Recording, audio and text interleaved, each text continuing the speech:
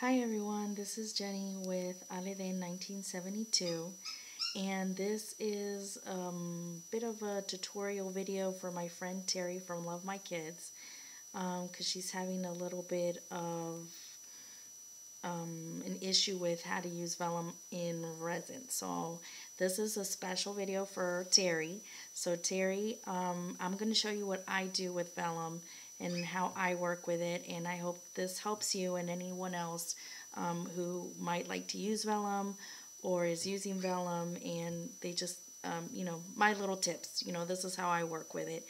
And I have to say, I have to look into the vellum stickers because I hadn't seen those yet or heard of them, so gotta figure out how those work. But let me go ahead and get started. Here I have already a finished resin piece, which I'm going to use for something else, but I'm going to show it for this tutorial so you can see what I do. Here I have a stencil, and for two samples of paper punches and my mold, and of course my vellum paper that I already punched into the shapes that I like. I like using paper punches, I think because you get to play more with the vellum paper and it comes out neater. I'm not the best person to cut paper, so of course you don't always get these nice straight lines or curves. So my option is always to use paper punches because you can make it different sizes, different shapes, and it's just, it's really fun to work with.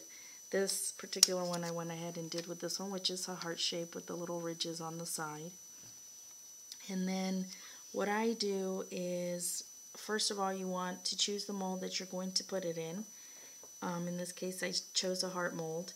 And the other thing that you want to decide is whether you're going to work backwards, which is kind of like what I did here, where you pour your resin in either a solid color or whatever you're going to use, and then your second layer going up is what you're going to use as the face of your piece, and that's where you're going to put the clear resin. Now, before you have to decide that first. If you're going to use this as your front, the bottom as your face piece of the resin, then of course instead of this going upward like this, it's going to go the other way so it comes out right.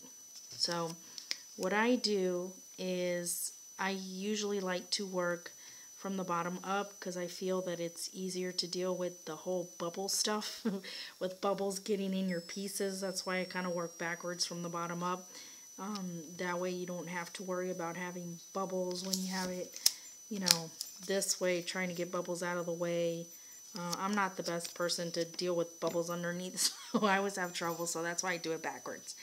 So what I do is I usually choose a light color to put in the background of my piece, kind of like what I did here where I chose the pink and it's somewhat transparent, or you could choose a solid color, it's up to you.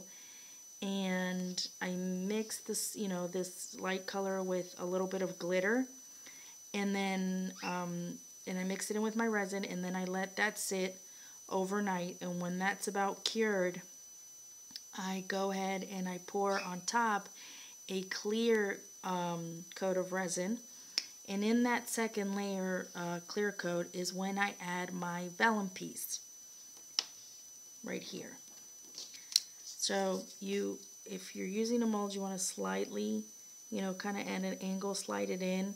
And the reason I do that is to avoid as many bubbles as possible.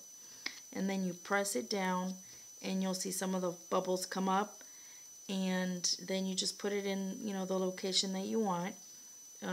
Pop all the bubbles, and then what you'll see is that once you put the vellum paper into the resin, the word will really pop out, or your design or picture, and the vellum paper itself will tend to disappear, but it will not disappear completely. You'll still get kind of a cloudy look behind it, but it's not as, as it is when it's not in resin. So you'll somewhat see it disappear, but like on this particular piece, I think you can still kind of see it. The pink is coming through, but you can still see it. on this piece, it's white, so you're going to see it less. Unless you sit there and really look at it, but you can see the difference as to, you know, the fact that it hides more if you use it with the white background. And again, I use the white background first, let that cure, and then on my second pour, the clear resin is when I put in the piece of the vellum paper. That's one of the ways that I do it. If I was to use this technique, that's what I would do with this. And then the other technique that I use is if I already have a resin piece that's been done and cured, is I'll go ahead and